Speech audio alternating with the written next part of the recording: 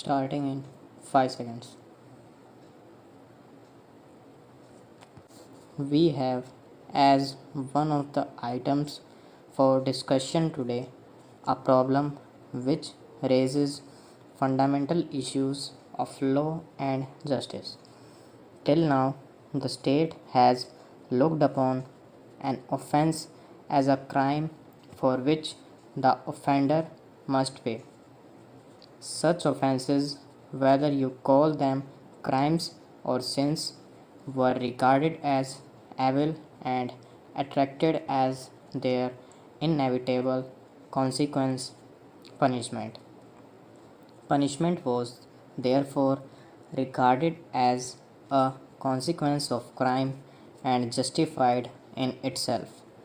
The classic exposition of this view is in the principle an eye for an eye, a tooth for a tooth. Later ages, however, raised the question of the utility or justification of punishment.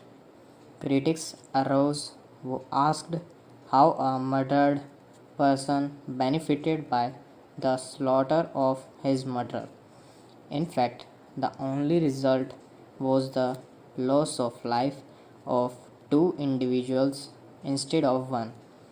Punishment was therefore sought to be justified on grounds of its deterrent character, but even this did not satisfy critics who pointed out that, as a matter of fact, punishment did not deter.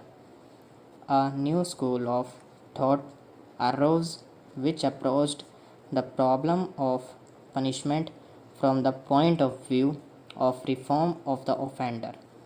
Instead of a retributive theory of punishment, we thus find the emergency of an educative and reformatory theory of punishment. This dispute between the different theories of punishment has not yet been settled, but on one point there is almost unanimous agreement among both theorists and practical men of affairs. All agree that in the case of juveniles, there must be a change of outlook with regard to punishment. For one thing, young persons without maturity of judgment cannot be held fully responsible for their actions.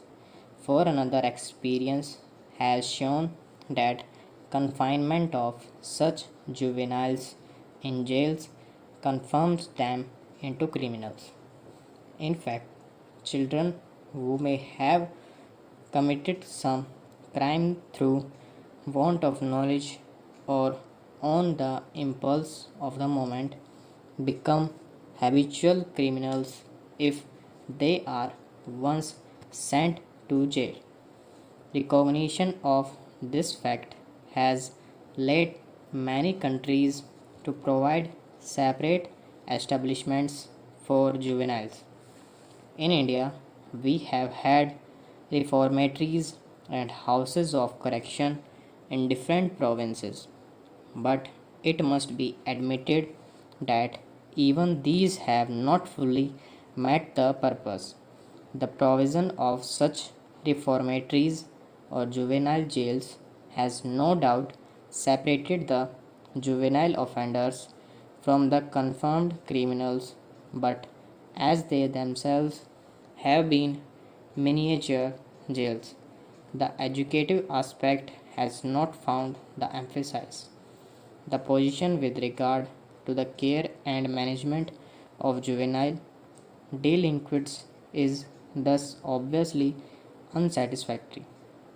In the first place, not all the provinces that have Children's Act on their statute books are working them adequately.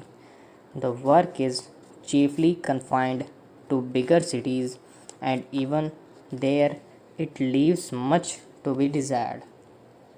The probation officers have not the requisite training nor have the magistrates of the juvenile courts the required qualifications.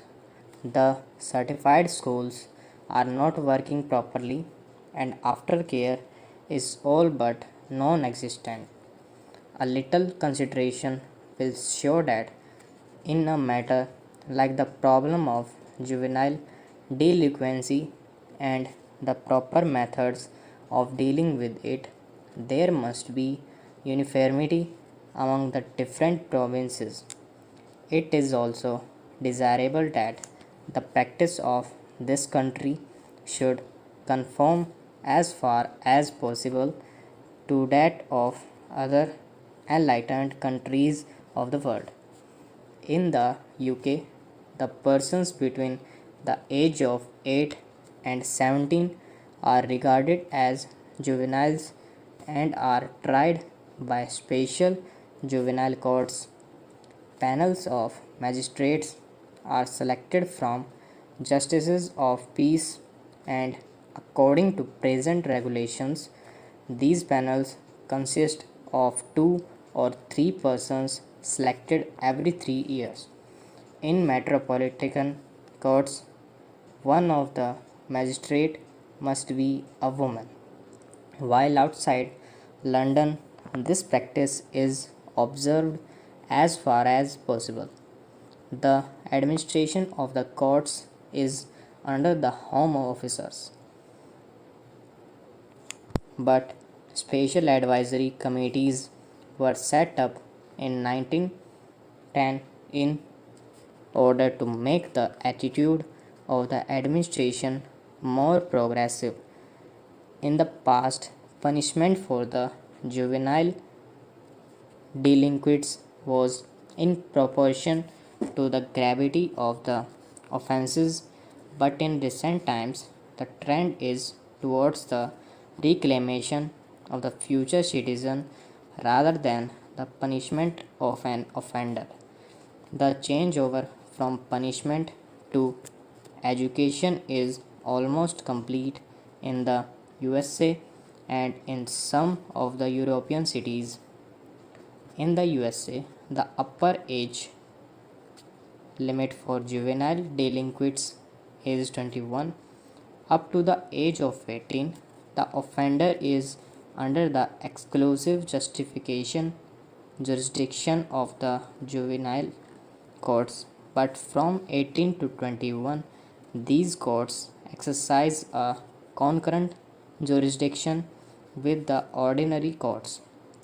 The trend of legislation is to make the juvenile courts independent of the ordinary system of criminal justice.